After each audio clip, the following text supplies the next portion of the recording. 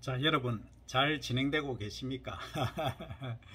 지금 이제 날씨가 온도 변온이 좀 심합니다. 그래서 제가 안에 짧은 거 입고 바깥에 긴 거 입었는데 그 체온을 유지하기 위해서는 이렇게 두 종류를 입는 게 좋습니다. 더워지면 이거 바깥에 벗고 또 그쵸? 예. 약간 온도가 내려가면 이 상태로 유지하시면 되겠습니다. 자, 그러면 지금 내동성의 추위에 관해서 얘기하는데 사람은 항온동물이니까 이렇게 옷을 입으면 되는데 이 식물은 그게 불가합니다. 그래서 내동성에 관해서 지속적으로 공부를 해 보도록 합니다. 자, 그러면 내동성은 이제 어느 데 대해서 견디는 성질을 이제 내동성이라 한다, 이렇게 설명을 드렸는데 이 전 시간에는 이제 생리적인 요인, 세포적인 상태, 그리고 화학적인 상태를 알아봤는데 지금은 이제 형태적으로 보면 이 포복성이 직립성보다 더 강하다 하는 겁니다. 내동성이 추위에 잘 견딘다 이 말이죠. 포복성은 기는 형태고 직립성은 위로 쭉 이렇게 자라는 형태 또는 주형 이런 말을 쓰죠. 그래서 포복형이 더 강하다. 그 다음에 관부라고 하는 것은 줄기하고 뿌리하고 그 생장점 부위 있지 않습니까? 이것을 말하는데 관부가 깊어 땅 속에 깊게 있어서 존재할 때는 이 동해에 또는 냉해에 강하다 이런 말입니다. 그리고 이제 잎색이 짙다는 것은 이제 주로 녹색을 그린을 의미하지 않습니까? 녹색을 주로 의미하는데 녹색이 진하면 진할수록 강한데, 그런데 이런 경우가 있습니다. 지나치게 또 진한 경우에는 질소 과형으로 인해서 또 약해질 수가 있습니다. 그래서 그냥 문제 같은 경우에는 잎색이 진할 경우가 옅을 때보다 강하다 이런 식으로 내는 것은 정답이고, 겁나게 엄청나게 짙은 경우 이런 경우는 얘기가 다릅니다. 그래서 문제를 잘 읽어 보셔야 된다는 거고, 그 다음 이제 발육 단계별로 한번 보면은 이 발육 단계라고 하는 것은 영양 생장하고 생식 생장, 우리가 작물이 생육해서 나눌 수 있지 않습니까? 근데 이게 이제 영양 생장 단계에서는 더 강하다. 잎이 나오고 가지가 벌어지고 하는 그런 단계가, 꽃이 피고 열매를 맺는 이 단계보다 더 내동성이 강하다는 거죠. 그 다음에 가을에 파종한 밀은 마이너스가 아닙니다. 2에서 4엽기 요 영양체는 한 17도 마이너스 17도보다 높은 온도에서는 생육이 가능합니다. 그런데 수인기, 그러니까 수인기라고 하면 소위 부팅 스테이지라고 하는데 이삭이 만들어져서 볼록해지는 시기, 잉태한 시기라고 하죠. 이 시기는 마이너스 1.3에서 1.8도씨만 되더라도 이게 동사를 한다는 겁니다. 그러면 이렇게 산모가 그냥 그 아기를 이제 잉태하기 전에는 상당히 건강하지만 잉태했을 경우에는 상당히 민감하죠. 그래서 산모는 항시 조심해야 된다는 거하고 똑같은 원리입니다. 그 다음 이제 복숭아를 예를 들면 꽃이 필 때, 이때가 내동성이 가장 약합니다. 매우 주의를 하여야 한다는 것이죠. 이 외에 다른 얘기들이 많이 있습니다만, 자, 요 정도로 하고 나중에 시험 문제에서 또 보도록 합니다. 그 다음 내동성이 계절적으로 보면 계절적 변화에 따라서 내동성이 변화된다. 그런 경화, 소위 하드닝, 굳히기라는 건데, 우리가 벼 같은 경우에도 발화를 시켜서 뭡니까 체화된 상태에서는 이게 엄청나게 연약한 하얀색 비슷한 상태로 자라지 않습니까? 그게 이제 햇빛을 절반 정도 차단하고 조금씩 이제 빛을 비추면 녹색으로 변하지 않습니까? 그 녹색, 소위 그리닝 단계를 거쳐서 이게 바로 바깥에 옮겨 심으면 낮은 온도에 냉해를 받을 수가 있습니다. 그런 경우에 약간 이제 낮은 온도 15도, 18도씨에서 이렇게 조금씩 적응을 해가는 거죠. 그럼 나중에 15도씨에서도 냉해를 받지 않는 경우가 있습니다. 이건 동이긴 하지만 원리는 같다는 거죠. 그래서 경화, 소위 굳히기입니다. 낮은 온도에 조금씩 적응을 시키는 거죠. 그래서 5도씨 이하에 지속적으로 노출되면 이제 내동성이 증가하는 것이죠. 그런데 이걸 이제 상실하는 경우가 있습니다. 경화를 상실하는 경우, 잃어버린다는 거죠. 이렇게 낮은 온도에서 경화를 시켜놨는데 동해에 이제 강하도록 해놨는데 다시 높은 온도에 지속적으로 놔두면 이 경화된 것이 이제 없어지는 거죠. 이것을 이제 원래 상태로 돌아간다 하는 거죠. 그래서 경화된 것이 반대 조건에 노출될 경우는 원래 상태로 돌아간다 하는 그런 의미가 되겠습니다. 그래서 여기까지 이제 경화 상실까지 보시고, 그 다음 또 가보시면, 자, 여기 이제 추가로 좀 빠진 것들이 있어서 조금 더 보도록 하겠습니다. 그러면 경화하고 이제 휴면 상태가 있습니다. 휴면은 잠자는다는 거죠. 잠잘 때 그 휴면하는 그 새싹이 이제 싹이 될 부분, 요 새싹이 될 부분이 이제 휴면을 한다. 요때는 내동성이 내동성이 아주 큽니다. 근데 그 휴면하지 않는 이제 상태로 하면은 이게 상당히 내동성이 약해지죠. 그래서 과수 같은 경우, 채소 이런 등의 눈은 휴면하러 월동하기 때문에 추위에 잘 견딘다는 것이고, 그 다음에 가을철에 이제 가을에 저온의 경우, 저온 단일 조건, 가을의 저온 단일, 이제 가을의 저온 단일 조건은 이제 휴면이 되죠. 휴면을 이제 유도를 합니다. 그러니까 잠자라 이렇게 하는 것이죠. 이렇게 하면 월동을 이제 안전하게 하는 것이죠. 그래서 겨울철에 저온인 경우에는 휴면을 타파를 해야 됩니다. 그죠? 휴면 타파 조건으로 이제 작용을 할 수 한다 이 얘기죠. 자, 그 다음에 이제 추파성에 관한 이야기가 나옵니다. 이걸 조금 너무 지금 눈이 모양이 너무 많아서 그 다음에 이제 추파성이라고 하는 것은 뭐냐면, 얘기가 나왔으니까, 추파성은 이제 가을에 심어야 하는 경우 하는 것을 의미합니다. 이것은 맥류 같은 경우는 보리 종류죠. 보리, 밀, 호밀, 귀리 이런 애들, 특히 이제 보리하고 밀에 해당됩니다. 이런 애들은 가을에 파종을 해야 이제 봄이 되어서 이제 새로운 생장을 하지 않습니까? 월등 이후에. 그래서 열매를 맺고 피고 열매를 맺는데, 그렇지 않고 만약에 가을에 안 심고 봄에 심었을 경우에는 소위 춘파를 했을 경우에는 이 꽃까지는 피기도 하는데 거의 잘 안 핍니다. 그래서 열매 개화 결실이 잘 안 되죠. 그래서 잎만 무성하고 옆으로 이렇게 퍼지는 현상, 포복 현상, 소위 이제 이런 현상이 나타납니다. 이걸 안절자자라 해서 좌, 가지지자, 지 현상, 이런 문제가 나타나는 것이죠. 이게 이제 문제가 됩니다.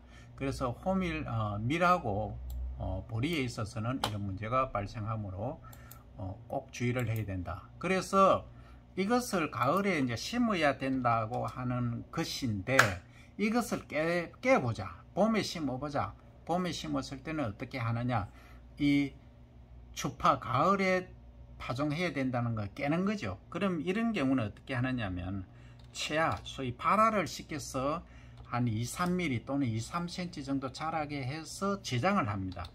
상황에 따라 다른데 제장을 뭐 3주에서 2개월까지 정도까지 하는 경우가 있습니다. 이렇게 이제 채화를 시켜서 제장을 3주에서 2개월 정도, 2개월이 아니고 2개월 정도 해 놓으니까 이게 이제 좌지 현상이 없어지더라 하는 거죠. 그래서 이렇게 없어지니까 이제 러시아 같은 경우에는 식량난을, 그 밀 재배를 봄에 파종을 해서 가능하게 했다. 라이시엔코라는 사람이 했죠.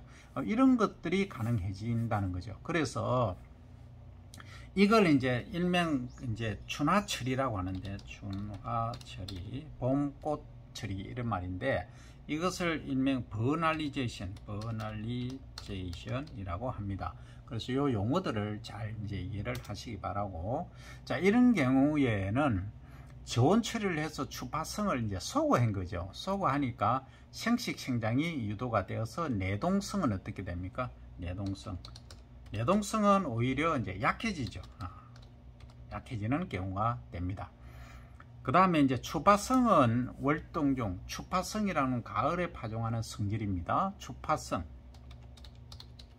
추파성은 월동 중에 이제 소거되므로 봄이 되면 어떻습니까? 봄이 되면 추파성이 월동 중에 이제 소거가 돼 버리는 거죠. 그래서 봄 되면 내동성이 약해집니다. 그죠? 추파성인 경우에. 그리고 또 뭡니까? 추나 처리한 경우에 또 뭐 한다는 얘기입니까? 내동성이 약해진다. 생식 생장이 빨리 유도되기 때문에 그렇다는 얘기입니다. 여기까지 이제 내동성에 관해서 알아봤습니다. 그 다음에 이제 알아봐야 될 것은 이제 한해 대책 또는 동상의 대책 뭐 이런 것들이 나오는데, 일단 우선적으로 이제 해야 될 것은 동상의 대책으로, 이 동상하고 사실은 한해하고 같이 지금 볼 수밖에 없습니다. 일일이 따로 이제 보는 것이 아니고 원칙적으로 같은 의미를 갖고 있기 때문에. 단 한해는 뭡니까? 이게 한해 속에 동상이 들어가 있죠. 그러면 굳이 동상을 뺄 필요가 없네요. 한해 속에 여러 가지 이제 겨울에 서리해, 그죠?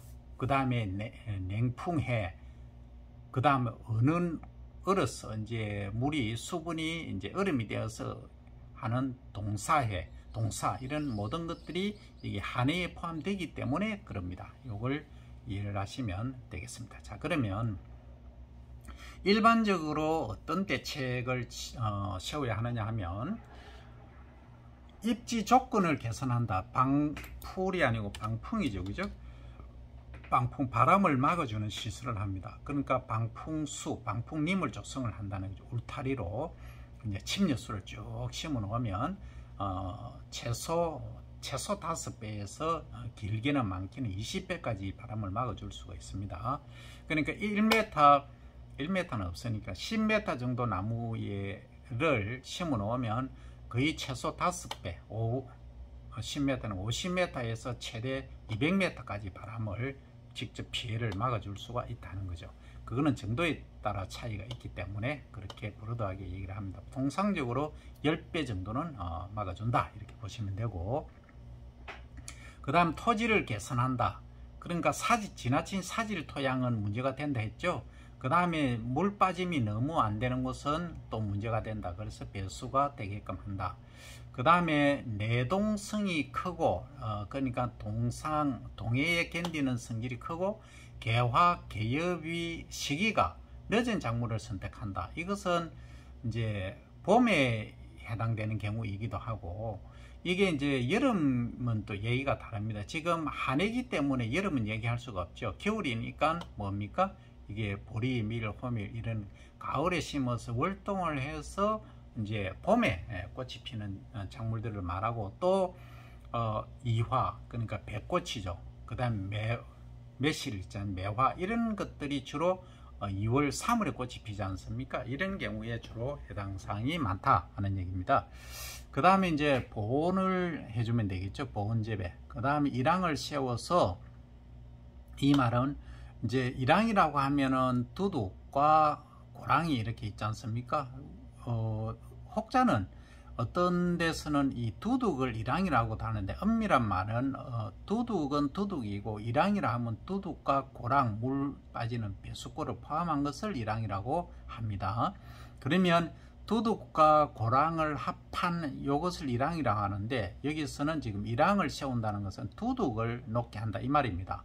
그리고 뿌린 골을 깊게, 뿌리는 것을 두둑을 이렇게 해놓고 요 아래쪽에 골 속에 이제 파종을 한다 이 말이죠. 그래서 뿌린 골을 깊게 하니까 바람이 직접적으로 냉풍이 부는 것을 방지한다 이 말이죠. 그 다음 맹류에서는 칼륨, K 비료를 정시 약간 많이 주면은 강하다. 그 다음 이제 종자 위에 퇴비를 뿌린다, 또는 멀칭을 하면 되겠죠. 멀칭 피복인데, 피복은 종자위 위에 볏짚, 보리집, 밀집 다양하게 있을 수 있고 퇴비도 있을 수 있습니다. 그죠? 이렇게 하면 되는데 문제가 있습니다. 이 퇴비를 지나치게 많이 뿌려버리면, 퇴비는 시바르당 보통 1톤에서 많게는 3톤 정도를 작물 재배하지만, 볏짚, 보리집, 밀집 이런 경우에는 부식이 안 됐기 때문에 좀 많이 뿌리지 않습니까? 지나치게 너무 많이 뿌려놓으면 얘들이 이제, 자, 밑에 여기에 이제 종자를 뿌렸다, 그리고 여기에 이제 볏짚, 보리집, 밀집을 피복을 했다, 소위 멀칭을 했다 할 때, 지나치게 많이 한 4, 5cm 덮어 놓으면 얘가 올라올 수가 없습니다. 그래서 요 골 사이에, 그러니까 파종을 하는 데는 살짝 덮어 놓으셔야 됩니다. 그렇게 하시면 추위, 그 한해를 막을 수 있다. 그 다음 이제 적기 파종하고 파종량을 증가하고 다밥을 하라. 이 말은, 적기 파종은 너무 늦게 파종하면은 또 이 겨울을 나기가 어렵죠. 잎이 적어도 4개에서 5개 정도를, 보리, 밀이나 이런 것들은 확보된 상태라야 뿌리가 어느 정도 깊게 내립니다. 그 전에 너무 늦게 파종해서 잎이 한 2-3개 났고 뿌리가 요만큼 한 5cm, 4, 5cm 밖에 자라지 않은 상태에서는 이것은 분명히 동해를 입습니다. 그런 문제가 있기 때문에 이것을 극복하셔야 된다 하는 거고, 파종량을 증가하라는 말은, 이거는 무슨 의미냐 하면은, 이게 이제 얼어서 이제 가시는 애들이 많기 때문에 일단 파종량을 증가하면은 가시는 애들도 극복하고, 자체가 자라면서 이제 어느 정도 보이지 않는 효과, 즉 이제 상보 작용이 일어납니다. 그러니까 이제 온도를 어느 정도 유지하는 그런 효과도 나타나기 때문에 일단 파종량을 증가하라. 첫 번째 이유는 이제 그 동해를 잇기 때문에 이제 얼어 죽는 거 빼고, 엄밀히 말하면 나머지 이제 정상적으로 생육하는 것만 확보한다, 이 얘기가 되겠습니다만, 그 다음에 다밥은 이제 밟아주는 거라 얘기를 했죠. 그 다음에 이제 응급대책으로, 이제 이게 급하다, 이제 이거 문제가 지금 온도가 너무 낮아졌다, 지금 큰일 났다, 이럴 때는 물을 대는 거, 관계법, 그 다음 바람을 보내는 거, 송풍법, 그 다음에 발연법은 이제 연기를 이제 뿌려주는, 연기를 뿌린다, 연기를 나게 하는 것이죠. 그 다음에 피복법은 덮는 거, 연소법은 이제 떼는 건데 불을 떼는 겁니다. 이거는 화염 방사기 같은 것을 예를 들어서 한다 이건데, 이거는 그 화염 방사기를 쓸 수는 없고, 그 외에 이제 조금 열이 좀 날 수 있는 장치들을 활용을 한다, 이 얘기입니다. 그 다음 살수결빙이라고 하는 것은 얼음을, 이제 물을 뿌려서 얼음을 이제 만든다. 그래서 바깥에 냉온이 오지 못하게 하는 그런 경우, 눈이 덮이게 하는 원리와 같죠. 눈 바깥에 있으면 영하 20도지만 눈 속에 있으면은 거의 이제 아무리 온도가 내려가도 마이너스 2, 3도 이하로는 잘 안 내려가기 때문에 그렇습니다. 눈이 많이 쌓인 경우, 이 얘기인데, 이것은 우리가 지금 할 수는 없는 거고, 일단 살수 결빙을 유도한다, 이 얘기입니다. 그 다음에 이제 사후 대책, 만약에 이게 문제가 되었다, 이 한해를 받았다, 이런 경우에는 피해가 적을 때는 이제 속효성 비료를, 빨리 흡수하는 비료를 추비로 주는 거죠. 그래서 요소 같은 경우 옆면살포합니다. 뿌리가 지금 흡수를 할 수 없는 상태이기 때문에 0.5에서 1% 이내로 아주 약하게 이제 농도를 해서 이제 살포를 합니다. 100리터 같으면 물 100리터 같으면 한 200리터 통에다가 100리터 정도 물을 담고, 여기에 이제 0.5kg 정도의 요소를 이제 희석을 하는 거죠. 녹여서 이렇게 잎에 고르게 이제 뿌려주면 된다, 이 얘기입니다. 자, 그 다음에 이게 피해가 아주 심하다, 심각하다, 시리어스하다면 대파, 그러니까 이것 외에 다른 것을 파종을 해야 된다, 이 말입니다. 대파를 강구하라, 이런 경우죠. 그러면 한 80%가 완전히 죽었다, 이거는 심각합니다. 그때는 다른 파종을 하는데, 품종을 다른 걸 할 수도 있고, 아까 이제 버널리제이션 유도를 하는 경우 있었지 않습니까? 소위 추파성이 강한 가을에 파종해야 꽃이 피고 열매를 잘 맺는 것은 봄에 심으면 의미가 없습니다. 그래서 추나 처리를 한 경우를 제외한 그는 나머지 다른 작물을 심는 것을 말하죠. 그 다음에 이제 과수류 같은 경우에는 이런 겁니다. 주로 이제 3월, 4월에 꽃이 피는데 이때 이제 만약에 한 해를 받았다. 그러면 꽃이 100개가 피어 있으면 거기 이제 우리가 필요한 것은 예를 들어서 20개다. 그러면은 100개 중에 20개를 유도해야 되는데 이게 그 꽃 피는 시기에 만약에 한 해가 왔다 하면은 꽃이 많이 죽었을 경우가 많습니다. 이런 경우에 미리 20개, 그러니까 20개만 놔두고 나머지 전부 꽃 따주는 것을 적화라 합니다. 꽃을 따는 것을. 과일을 따는 것을 적과라 하죠. 그래서 이 용어를 잘 아셔야 됩니다. 그러니까 이게 이제 나무라면 여기 가지에 많은 이 꽃이 있지 않습니까? 이 꽃이 100개 중에 100개가 있는데 20개만 필요하다는 거죠. 그러면 80개는 따줘야 되는데 이걸 미리 따버리면 이게 20개가 온전한 게 없다는 거죠. 그래서 한 일주일 경과를 지켜보고 놔둡니다. 놔두면 자동으로 죽어서 떨어지는 게 있습니다. 그러면은 적화를 굳이 안 해줘야 될 경우도 생긴다는 거죠. 노력도 절감할 수 있다는 거죠. 그 다음 병해충 방제를 또 철저히 해줘야 됩니다. 이렇게 이제 한 해를 받고 나면은 조직이 연화되고 해서 이 병해충이 약해지죠. 그래서 이때는 병해충 방제를 철저히 하시라 이 얘기입니다. 자, 여기까지 하면 이제 이게 수분에 관해서는 또 이제 우리가 온도에 의해서 해를 입는 작물이 해를 입는 것에 관해서는 얼추 거의 이제 완료가 되었습니다. 오늘은 여기까지 하겠습니다. 감사합니다.